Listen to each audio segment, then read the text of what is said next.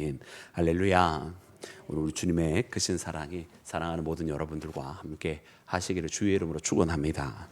사랑하는 여러분, 우리 데살로니가 2장 우리 17절부터 오늘 3장 말씀을 함께 읽었는데요. 오늘 이 말씀을 묵상하면서 여러분, 이 말씀 가운데에 데살로니가 교회에 있는 동안 어떠한 일이 있었고, 또 데살로니가 교회를 떠난 후에 어떠한 일이 있었고, 또 심지어 그 후에 어떤 결과까지 남게 되었는지 오늘 말씀을 통해서 그 전반적인 여러분 내막들이 다 기록이 되어져 있는 것을 봅니다. 그래서 오늘이 데살로니가 교회에 복음이 전파되는 상황, 또 그 후에 찾아왔던 위기와 그 위기를 넘어선 데살로니가 교회까지의 이 모든 모습들을 우리가 함께 보면서 여러분, 데살로니가 교회가 성장해 나가는 모습을 우리가 함께 오늘 본문 말씀을 통해서 읽게 되었습니다. 그래서 한 교회와 성도는 이렇게 여러분 양육을 받는 시간이 있는가 하면 그 양육을 통해서 또 성장을 하게 되는데요. 이 성장통에는 반드시 이처럼 위기가 찾아옵니다.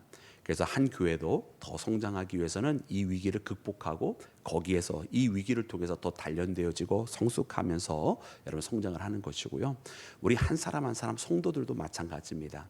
여러분, 우리의 신앙 가운데에 위기가 없다라고 한다면 여러분, 우리의 성숙할 수 있는 기회는 사실 훨씬 더 적어지는 것입니다. 우리 사람들은 어떻게 보면 이 위기를 극복하면서 성장하기 마련인데, 오늘 이 데살로니가 교회를 보면서 여러분, 우리도 살아가면서 우리도 이처럼 어려운 시간들이 있었고, 또 이처럼 우리의 처해진 이 상황을 이겨내지 아니하면 안 되는 그런 신앙의 그런 위기와 또 위협들이 있었는데, 이 모든 것들이 사실은 다 우리가 성장하는 데에 밑거름이 되었다라고 하는 이런 그런 고백을 하며 살아가는 나와 여러분이 되기를 주님의 이름으로 축원합니다. 자, 사랑하는 여러분, 그러면 오늘 본문 말씀에는 여러분 어떻게 이 말씀들이 기록되어 있는지 우리 데살로니가 교회를 중심으로 다시 한번 말씀을 보기를 원합니다. 먼저는 여러분, 우리 데살로니가 2장 17절 말씀부터 보기를 시작을 하면, 여러분 바울은 이 데살로니가 교회를 떠나면서 우리가 떠나는 것은 얼굴로만 떠나는 것이지 마음은 아니라 이렇게 말씀을 하고 있는 것을 보면, 그들의 마음은 항상 이 데살로니가 교회에 남아 있었던 것을 봅니다. 주께서 여러분 주시는 명령이 있어서, 또 특별히 바울이 받은 그 사명이라고 하는 것은 한 곳에 정착하는 곳이 아니라 바로 이렇게 유럽의 여러 도시들을 다니면서 거기에서 복음의 씨앗을 뿌리는 것이 바로 바울에게 주어진 사명이었습니다. 그래서 바울도 아볼로에 대해서 함께 표현을 할 때 자기는 씨를 뿌리는 자로, 또 아볼로는 거기에서 물을 주는 자로 이렇게 표현을 한 적이 있어요. 그래서 자기는 이렇게 씨를 뿌리면서 복음의 시작을 알리면서 전파하는 사람으로 그렇게 부름을 받은 거죠. 그러나 그 말씀에도 우리가 보는 것처럼 이 모든 것을 그러나 잘하게 하시는 분은 오직 하나님 한 분이시라 이렇게 고백을 하고 있는데, 여러분 이 데살로니가 교회도 마찬가지였습니다. 그에게 주어진 시간 동안 그가 그곳에 머물면서 복음의 씨앗을 뿌렸어요. 그러나 때가 되면 하나님께서 또 이 바울과 또 함께하는 사람들은 다른 지역으로 옮겨가면서 또 다른 지역에도 복음을 뿌리는 그런 일을 하게 되는데요. 여러분, 목회자의 심정, 또 오늘 나오는 이 사도의 심정은 굉장히 유사한 것 같습니다. 왜냐하면 하나님의 사명이 있어서 다른 곳에 가서 또 그곳에서 새롭게 그 사명을 시작하지만, 그러나 함께 했었던 성도들과의 그 추억과 또 그들을 위한 기도들은 항상 가슴 속에 남아있는 것 같아요.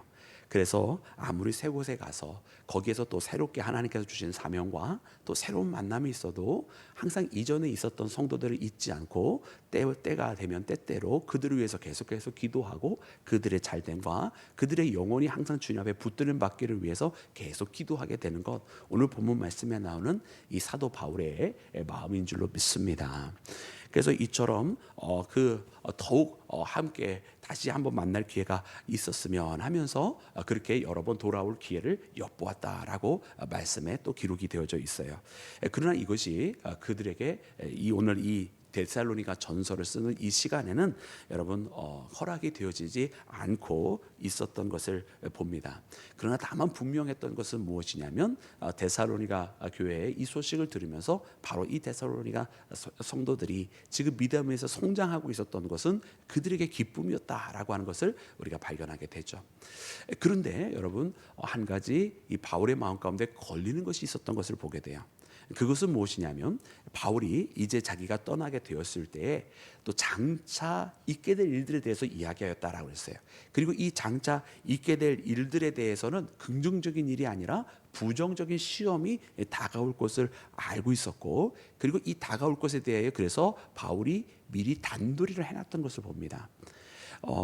이것을 보면서 우리는 이제 복음의 씨앗이 퍼졌고 또 이제 복음의 싹트기를 시작을 했었는데, 이 싹이 자라면서 분명히 아무런 어려움 없이 자라는 것이 아니라 분명 이 믿음을 흔들 만한 사건들, 혹은 이 믿음의 공동체를 어지럽힐 만한 어떤 그런 잘못된 가르침들, 혹은 또 외부적인 핍박들, 여러분 이런 것들이 있을 수 있었을 것을 미리 이야기를 해 주신 것이죠.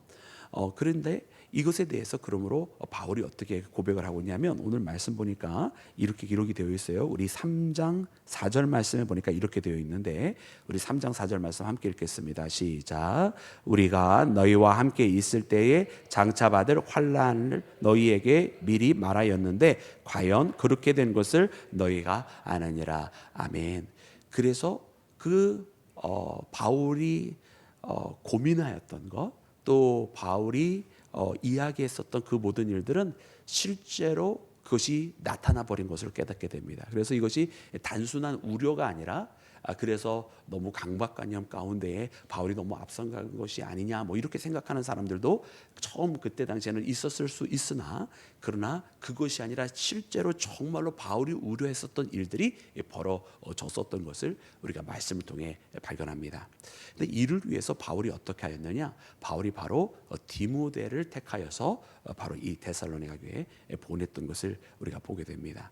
그래서 말씀에 보니까 우리가 1절부터 2절 그리고 5절 말씀을 읽을 텐데요. 우리 함께 1절과 3장 1절과 2절 그리고 5절 말씀 함께 읽겠습니다. 시작. 이러므로 우리가 참다 못하여 우리만 아덴에 머물기를 좋게 생각하고 우리 형제 곧 그리스도의 복음을 전하는 하나님의 일꾼인 디모데를 보내노니 이는 너희를 굳건하게 하고 너희 믿음에 대하여 위로함으로. 아멘. 또 5절입니다. 시작.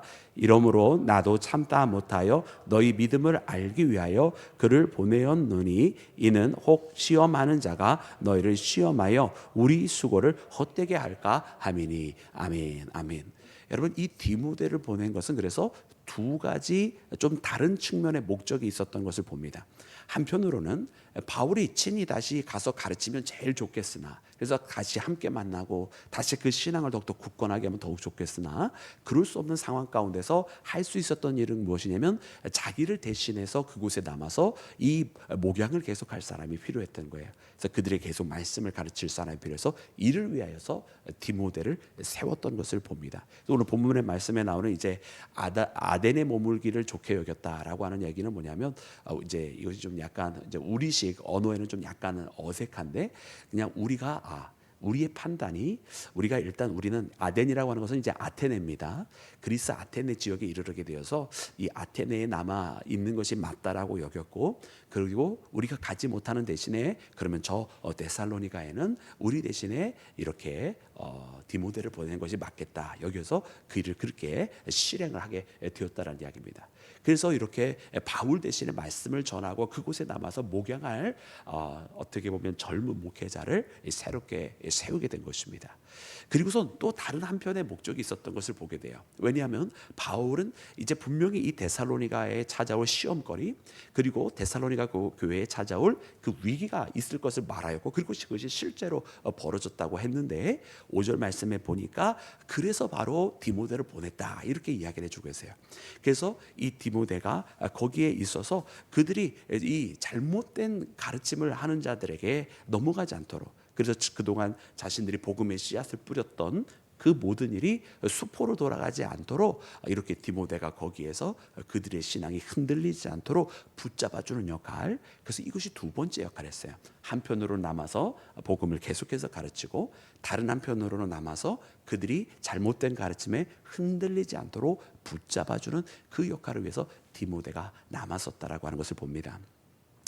사랑하는 여러분, 그래서 우리가 신앙이 성장하는 데는 이 두 가지 측면이 항상 필요한 것 같아요.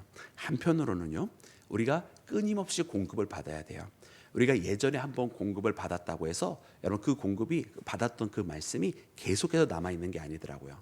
물론 어떤 말씀은 나의 평생을 이끌어가는 말씀이 있어요. 내가 큰 은혜를 받고 내 인생의 중심의 틀을 바꿔놓으신 말씀 같은 경우는 정말로 평생을 가요. 그래서 때때마다 나는 이 말씀의 은혜 받고 살아왔다라고 하면서 나를 지켜주고 나를 지탱해주는 그런 말씀이 있는가 하면, 또 어떤 말씀들은 그 한 주일에 나와서 그 말씀을 통해서 은혜를 받고 또 그 말씀으로 힘을 내기는 했지만 어느 순간 나도 알지 못하는 사이에 이미 내 마음속에서 조금 잊혀지기 시작하는 그런 말씀도 있어요. 물론 우리는 매 시간마다 매 주일마다 또 매일같이 말씀을 묵상할 때마다 그 말씀이 다 담고 싶어 하는데, 여러분 어떤 분은 그렇게 이야기를 하시더라고요. 아이고 목사님, 저희가 맨날 까먹어서 어떡하죠? 이렇게 말씀을 하세요.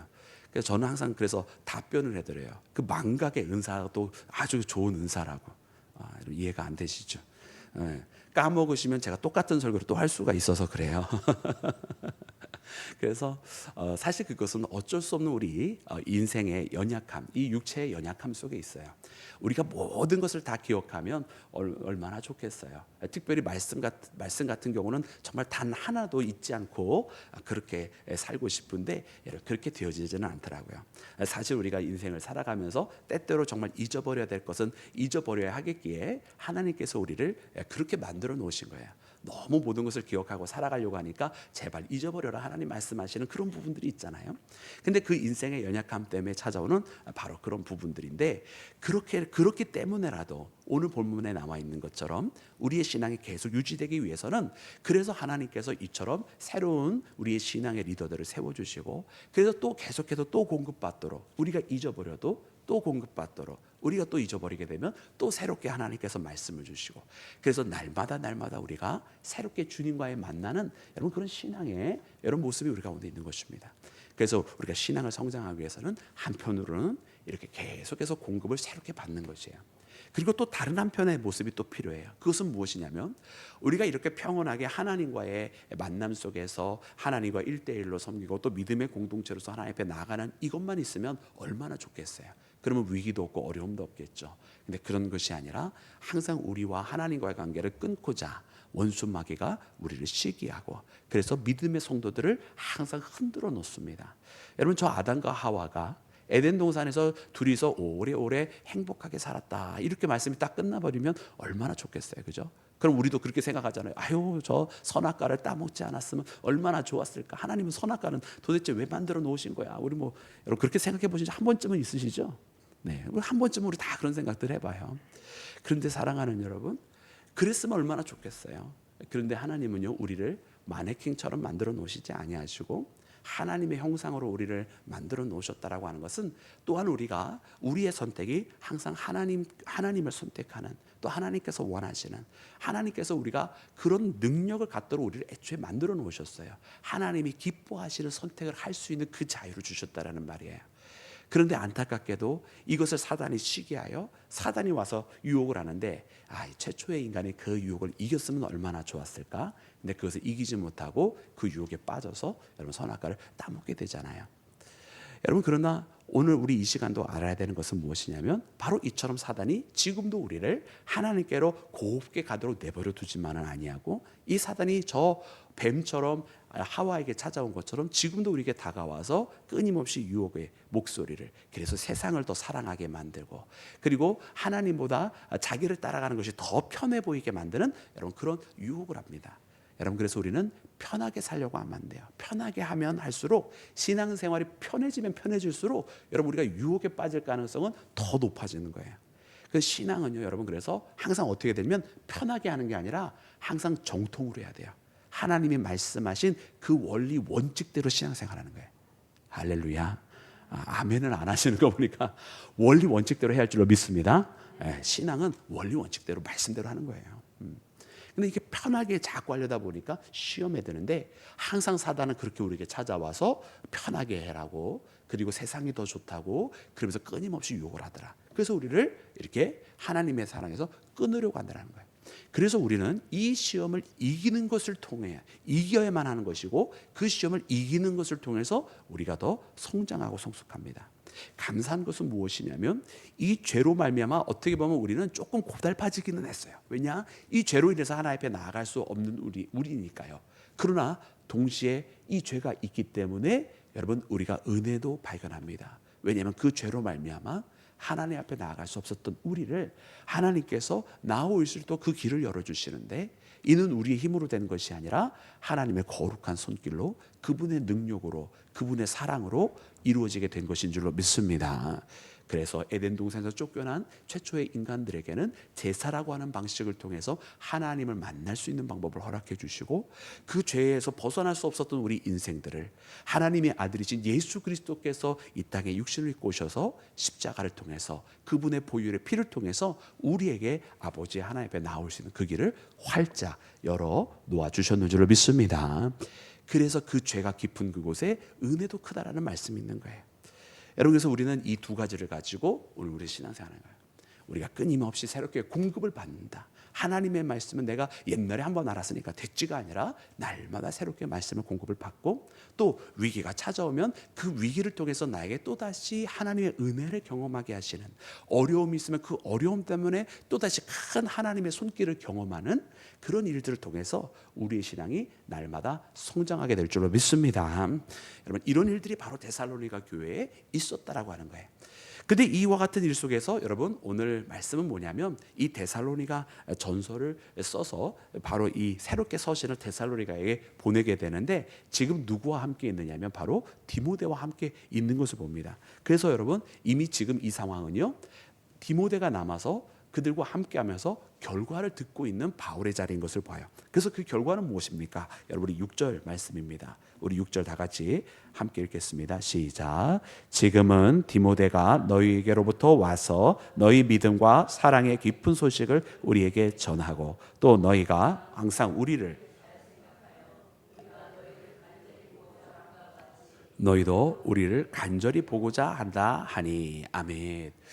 여러분, 그래서 데살로니가 교회는 이미 그 모든 상황들을 다 이겨냈고, 또 그 상황 속에서 더 오히려 서로 이 사모하는, 그리고 함께 했었던 사도들을 생각하면서 기도하는, 또 사도들도 그들을 바라보면서 계속 기도하는 영적인 사랑의 관계, 또 그 위기를 넘어선 성숙한 단계로 나아가고 있는 것을 봅니다.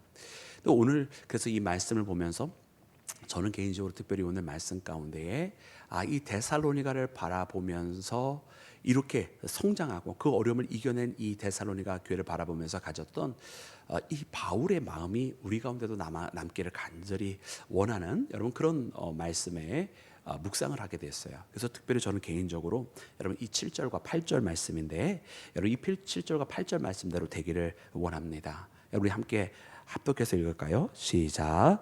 이러므로 형제들아, 우리가 모든 궁핍과 환난 가운데서 너희 믿음으로 말미암아 너희에게 위로를 받았노라. 그러므로 너희가 주 안에 굳게 선즉 우리가 이제 살리라. 아멘. 아멘. 사랑하는 여러분, 주 안에서 굳게 세움 받으시기를 우리 구주 예수님의 이름으로 축원합니다. 아마 모든 목회자의 바람은 똑같을 것 같아요. 정말 우리 성도님들이 예수님을 만나고, 그리고 기쁨으로 살아가고, 세상에는 여러 가지 일들을 이기게 되었다라고, 그리고 세상 유혹을 이기고 예수님을 사랑하게 되었다라고, 또 이 땅에 살아가면서 당했던 모든 여러 가지 기도 제목들이 하나님 앞에 다 응답받아서 이제 나는 주님 앞에 힘있게 살아갑니다라고 하는 그런 고백들이 있기를 너무나 원합니다.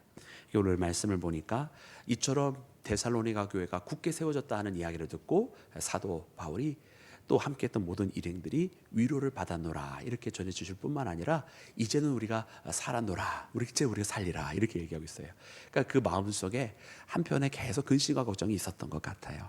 그러나 이제 그 모든 것들이 벗어나서 이제 다음 단계로 나아가게 되었다는 이야기를 듣자, 이제 굳게 선지 너희들이 굳게 세움을 받았은즉 이제 우리의 마음속에 그 모든 고민들은 이제 다 내려놓아지게 되고 그들을 향한 기도가 그 뒤에 이제 이어지는데 그 기도만이 남아있고 하나님 앞에 영광을 돌리는 것을 봅니다. 사랑하는 여러분, 그래서 오늘 말씀을 통해서 여러분 우리 모두가 다 그렇게 굳게 세움 받기를 주의 이름으로 축원합니다. 그래서 신앙의 성숙함을 이루고 날마다 공급받고 위기를 이겨내고 또 어려움을 이겨내서 주님 앞에 날마다 가까워지는 모든 믿음의 자녀 되시기를 우리 구주 예수님의 이름으로 축원합니다. 우리 함께